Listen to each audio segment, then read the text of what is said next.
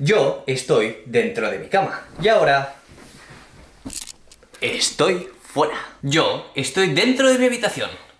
Y ahora estoy fuera. Yo estoy dentro de una caja. Estos conceptos son tremendamente intuitivos para nosotros los seres humanos. Y en la mayoría de ocasiones es tremendamente fácil determinar si un objeto está dentro o fuera de un determinado espacio. Pero hay casos en los que esto no es tan obvio. Por ejemplo, observar este mapa de una casa. Esta región encerrada de aquí, ¿está dentro o fuera de la casa?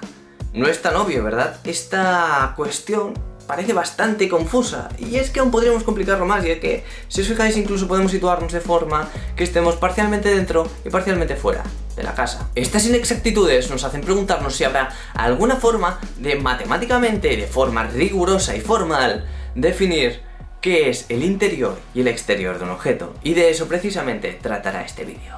Siempre brodas, ¿qué tal? ¿Estamos bien? ¿Mal? ¿In the middle? Bueno, vamos al grano. ¿Qué es el interior de un objeto matemático? Bueno, en matemáticas todo se describe a base de conjuntos. En matemáticas todos son conjuntos, aunque sí que es verdad que existe otro tipo de objeto matemático llamado clase, pero no me voy a meter con esos detalles. La cuestión es que quizá deberíamos reformular la pregunta como ¿qué es el interior de un conjunto? Bueno, para poder responder a esta pregunta necesitamos un poco de contexto, ya que existen muchos tipos de conjuntos. Conjuntos de puntos en el plano, conjuntos de puntos en el espacio, conjuntos de rectas en el plano, conjuntos de círculos en el plano, conjuntos de esferas en el espacio, básicamente cualquier objeto en cualquier espacio. Pero para empezar vamos a tomar un ejemplo simple. Consideraremos el conjunto de, básicamente, puntos en el plano. Y para ello consideraremos un conjunto cualquiera A de precisamente puntos en el plano. Y nos preguntamos ¿cuándo un punto será interior a? ¿Cuándo un punto estará dentro de A? Claro, aquí me diréis, oye, algebraico, la respuesta es absurdamente obvia. Quiero decir, los puntos que estarán dentro de A serán aquellos que pertenecen a A, aquellos que constituyen A, de forma que si A es 1, 2, 3, entonces tanto 1 como 2 como 3 son puntos que están dentro de A. Y tenéis razón, sí y no, y es que en este punto, ya que estamos formalizando estas ideas, tenemos que ser muy rigurosos con el lenguaje. Entonces, los puntos que constituyen A, los puntos que están en el conjunto A, diremos que son puntos que pertenecen a A. Sin embargo, el término interior a A lo reservaremos para otro tipo de puntos. Esto puede parecer un tecnicismo absurdo, una forma de rebuscar las cosas absurdamente, pero creedme, no lo es para nada. Para que entendáis esto bien, imaginaros que el espacio es esta habitación y que yo soy el punto. Nada me impide situarme en la puerta, y podríamos considerar sin ningún problema que la puerta es parte de la habitación. De esta forma, yo estoy en la habitación. Pero, si extiendo los brazos, uno de ellos saldrá fuera de la habitación. Es decir, no estaba en el interior de la habitación, ya que si estás en el interior de un objeto, puedes moverte un poco en cualquier dirección y seguirás estando en el interior de ese objeto. Sin embargo, si estás en un objeto, pero al moverte un poco, por poco que te muevas, en una dirección concreta, sales del objeto, significa que no estabas en el interior del objeto, sino en el borde. Esto es una idea intuitiva que todos tenemos. Fijaros en este círculo. Si me sitúo en el interior del mismo, puedo moverme en cualquier dirección un poquito y sigo estando dentro del círculo. Sin embargo, si me sitúo en el borde, si me muevo en dirección contraria hacia donde está el centro del círculo, me saldré del círculo. Vale, pero es que si volvemos al ejemplo de la habitación, la puerta también es una especie de borde, o como se le llaman a este tipo de puntos en topología, un punto frontera, ya que este es el nombre que se usa para llamar a estos puntos que tienen la propiedad de que te mueves en una dirección y estás fuera del conjunto, pero te mueves en otra dirección y estás dentro del conjunto. Aquí tenéis un punto frontera en 2D y aquí uno en 3D. Vale, pero ¿cómo definimos formalmente estos conceptos de punto interior y punto frontera? Bueno, para ello necesitaremos el concepto, la noción de distancia. Más adelante comentaré y veremos en un futuro vídeo que esto no es necesario, pero de momento para este vídeo quiero mantener las cosas simples. Para dar una definición provisional de estos conceptos usaremos las distancias usuales de R2 y de R3. En el caso de R2, la distancia de un punto X igual a X1, X2 a otro punto Y igual a Y1, Y2 se define como distancia de X a Y igual a la raíz cuadrada de X1 menos Y1 al cuadrado más X2 menos Y2 al cuadrado. Vale, pero sé que muchos os estaréis preguntando, oye, algebraico, ¿y esta definición? ¿Por qué se define así y no de otra forma? Bueno, pues esto tiene una justificación, y como este no es el típico canal cutre de matemáticas en el que empiezas a sacar fórmulas de la nada, no, aquí lo justificamos todo, pues esto no va a ser una excepción, os voy a justificar de dónde sale esta definición, cuál es la motivación de esta definición. La explicación es simple.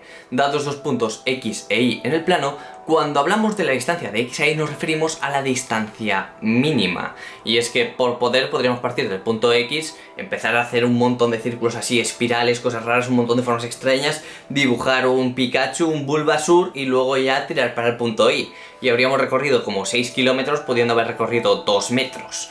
Entonces, cuando hablamos de distancia mínima. Y sabemos que en el plano, la distancia mínima entre dos puntos es precisamente la del segmento que los une. Y además podemos fijarnos una cosa, y es que este segmento que une estos dos puntos forma un triángulo rectángulo cuyos catetos miden x1 menos y1 y x2 menos y2 respectivamente. De esta forma, aplicando un teorema de Pitágoras, obtenemos que la distancia de xy al cuadrado es igual a x1 menos y1 al cuadrado más x2 menos y2 al cuadrado. Tomando raíces a ambos lados, obtenemos el resultado buscado. En cuanto a R3, esta es la definición de distancia.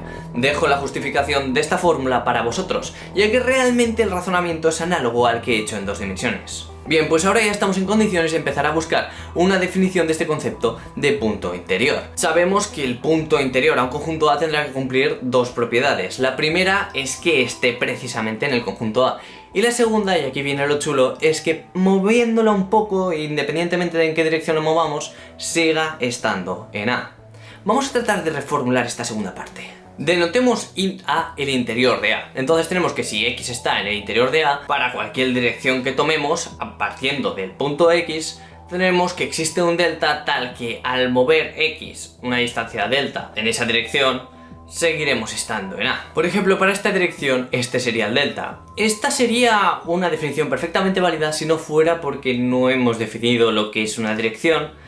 Así que vamos a intentar hacerlo mejor. Fijaros que estas deltas no se pueden hacer tan pequeñas como queramos, ya que si así fuera, habría una especie de dirección límite en la cual el punto sería frontera del conjunto, lo cual es contradictorio, ya que el punto es interior al conjunto. Quiero decir, si las deltas se pudieran hacer tan pequeñas como quisiéramos, bastaría con tomar delta sub 1, delta sub 2, así hasta delta sub n, de forma que cada delta sub k sea menor que 1 partido 2 elevado a k. Y fijaros, como tenemos una cantidad finita de delta sub is, podemos tomar la menor de ellas. Existirá una que será la menor de todas. Por lo tanto, podremos encontrar una delta sub n más 1 que sea menor que todas estas deltas sub i que he comentado, delta sub 1, delta sub 2 hasta delta sub n, sea menor que todas estas y además sea menor que 1 partido 2 elevado a n más 1. Así pues, tendríamos una forma de construir por inducción un conjunto de infinitas deltas que se van acercando más y más a cero. Es decir, una sucesión que converge a cero. Consideremos v sub 1, v sub 2, v sub 3, etc. como el conjunto de las direcciones asociadas a delta sub 1, delta sub 2, delta sub 3, etc. respectivamente.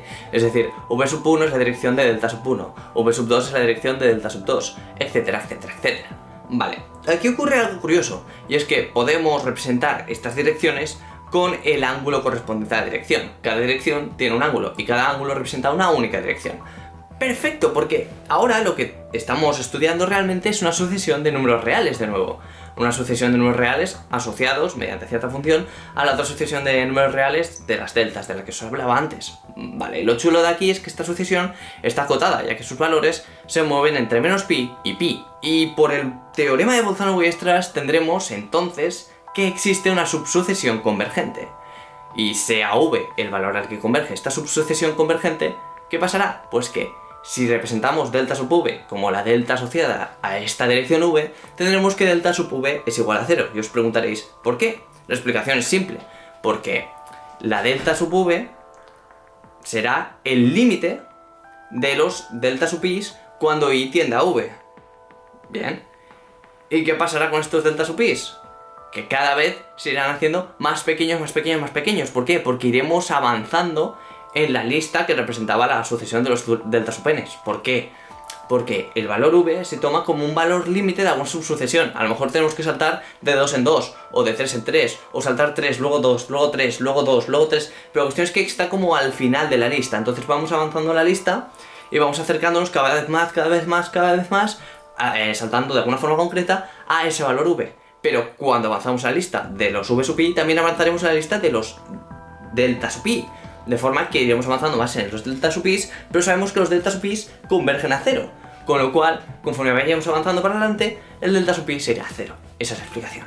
No me voy a meter ahora a explicar en profundidad el teorema de Bolzano-Weierstrass, pero para que entendáis la idea intuitiva detrás de este teorema, fijaros que si cogemos una región encerrada, una región finita, que esto es precisamente la primera hipótesis del teorema, la de que el conjunto sea finito, y la llenamos de una infinidad de puntos, habrán apelotonamientos, y estos apelotonamientos representan sucesiones, y los puntos alrededor de los cuales se apelotonan todos estos puntos que forman el apelotonamiento son los puntos de convergencia de esas subsucesiones convergentes de las que nos habla el teorema. Ya os digo, no voy a meterme mucha más profundidad, pero si queréis que haga un vídeo explicando este teorema en profundidad y demostrándolo y toda la historia, decídmelo en los comentarios. Vale, pero toda esta parafernalia de las deltas, hacemos inducción, creamos una infinidad de deltas, luego encontramos las direcciones asociadas y encontramos que tiene una subsucesión convergente a una dirección v cuya delta sub v es 0 y toda esta vaina, ¿para qué? Bueno, toda esta vaina era para llegar a un absurdo, porque hemos obtenido que el delta sub v es igual a 0, es decir, que la distancia que te tienes que mover desde el punto concreto en dirección v para salir es de 0, es decir, que en el punto concreto ya estarías fuera del conjunto, lo cual es absurdo porque habíamos dicho que los puntos interiores estaban precisamente dentro del conjunto. Vale, soy algebraico del futuro y estaba editando el vídeo y me he dado cuenta que aquí cometí un error a la hora de hacer el guión, y de al grabarlo evidentemente pues seguí el guión y la lié, y es que no, el que el delta sub v sea igual a 0 no significa que el punto no esté en el conjunto. Y esto es un detalle muy importante, un matiz que es importantísimo y que puede costar de entender al principio, pero veréis. El delta sub v nos indica la dirección, es decir, nos indica la distancia que podemos recorrer en la dirección v sin salirnos del conjunto. El que el delta sub v sea 0 significa que no hay ninguna distancia que podamos recorrer sin salirnos del conjunto, es decir, que si en esa dirección v recorremos cualquier distancia, la que sea, por pequeña que sea, nos saldremos del conjunto. Pero no significa que el punto esté fuera del conjunto, eso no lo sabemos. Es decir, todo esto nos está indicando no que el punto esté fuera del conjunto, sino que el punto es un punto frontera, cosa que es incompatible con que sea interior, porque habíamos dicho que un punto interior en cualquier dirección se puede mover un poquito y sigue estando dentro del conjunto. En este caso, en la dirección v no lo puedes mover un poquito, porque por poco que sea ese poquito, por pequeño que lo hagas, te vas a salir del conjunto, ¿vale? O sea, quería dejar claro este detalle. Y es una cosa, bueno, un error que yo he cometido, pero que cualquiera podría cometer porque es fácil confundir estas dos cosas. Una cosa es que la distancia que puedas recorrer sin salirte sea 0, y otra es que estés fuera del conjunto, ¿vale? Y esto es importantísimo, ya que esto realmente es la idea detrás del punto frontera, porque el punto frontera no está fuera del conjunto necesariamente, puede estar dentro del conjunto. Y esto es lo que luego explica que hay distintos comportamientos en conjuntos abiertos y conjuntos cerrados. Eso ya lo trataremos en otros vídeos, pero quería aclarar esto porque ha sido un grave error de rigurosidad por mi parte.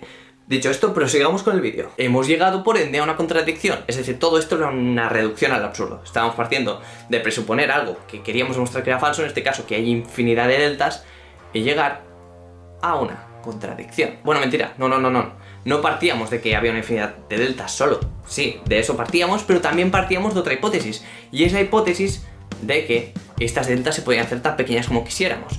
Hemos visto que esto es falso, ya que a partir de hacer razonamientos a partir de eso hemos encontrado una dirección en la cual si no te mueves ya estás fuera del conjunto, lo cual es absurdo porque partíamos de dentro del conjunto. Vale.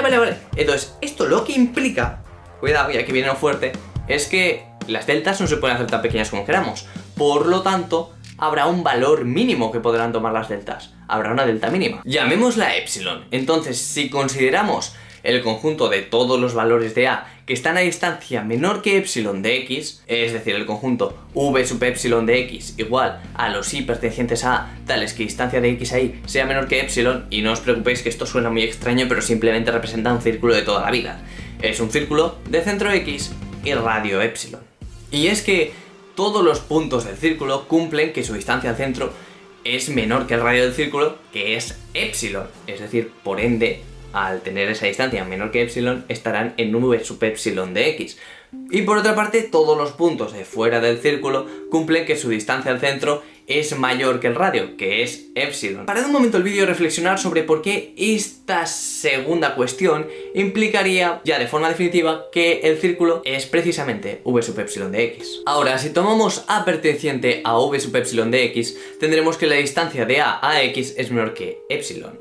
Ahora, esto implica que la distancia de a x es menor que delta sub v para toda dirección v, donde delta sub v representa la delta asociada a la dirección v. Si tomamos u como la dirección que une a y x, tendremos que efectivamente distancia de a x será menor que delta sub u, de forma que a pertenecerá a, y por ende se concluye que v sub epsilon de x está contenido en A. Lo interesante de esta continencia es que nos permite ya sí dar la definición de lo que es un punto interior, y es que tenemos que un punto X perteneciente a A es interior a A si y solo si existe un epsilon perteneciente a R tal que v sub epsilon de X está contenido en A. Y fijaros, esto simplemente nos está transpolando esta idea intuitiva que teníamos de que un punto interior lo podemos mover un poco en cualquier dirección y sigue estando dentro del conjunto. Ese poco que lo podemos mover lo representa precisamente epsilon, y como hemos visto previamente con toda la exposición de este vídeo, ¿qué ocurre? Bueno, pues que al poderlo mover en cada dirección tiene su delta asociado de movimiento y existe una delta mínima. Esa delta mínima, pues como es más pequeña que el resto de movimientos posibles,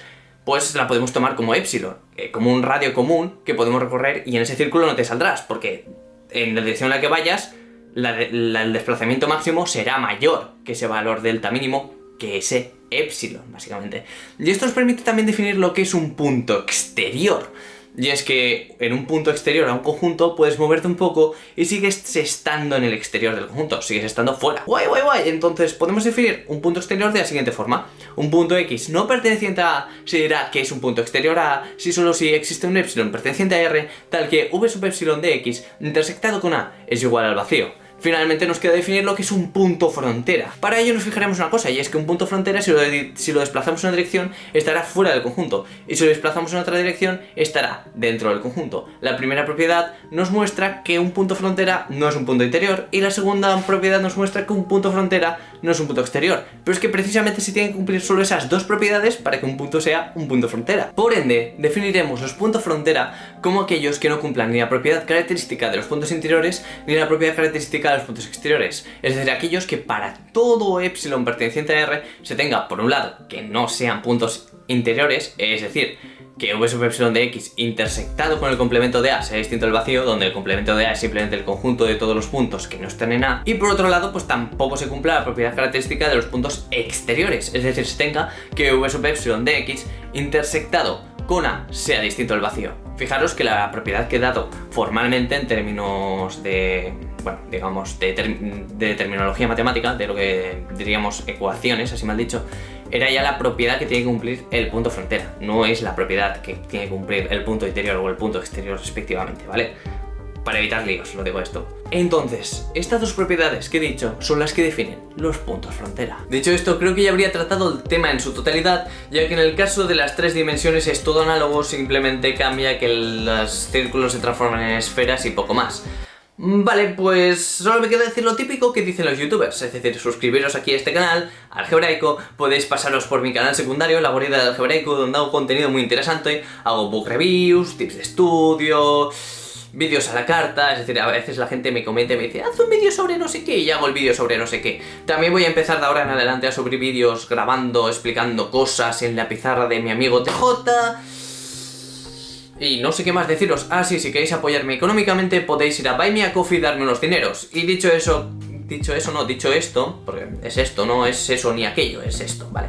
Dicho esto, creo que no me queda nada más que decir que nos vemos en un próximo vídeo.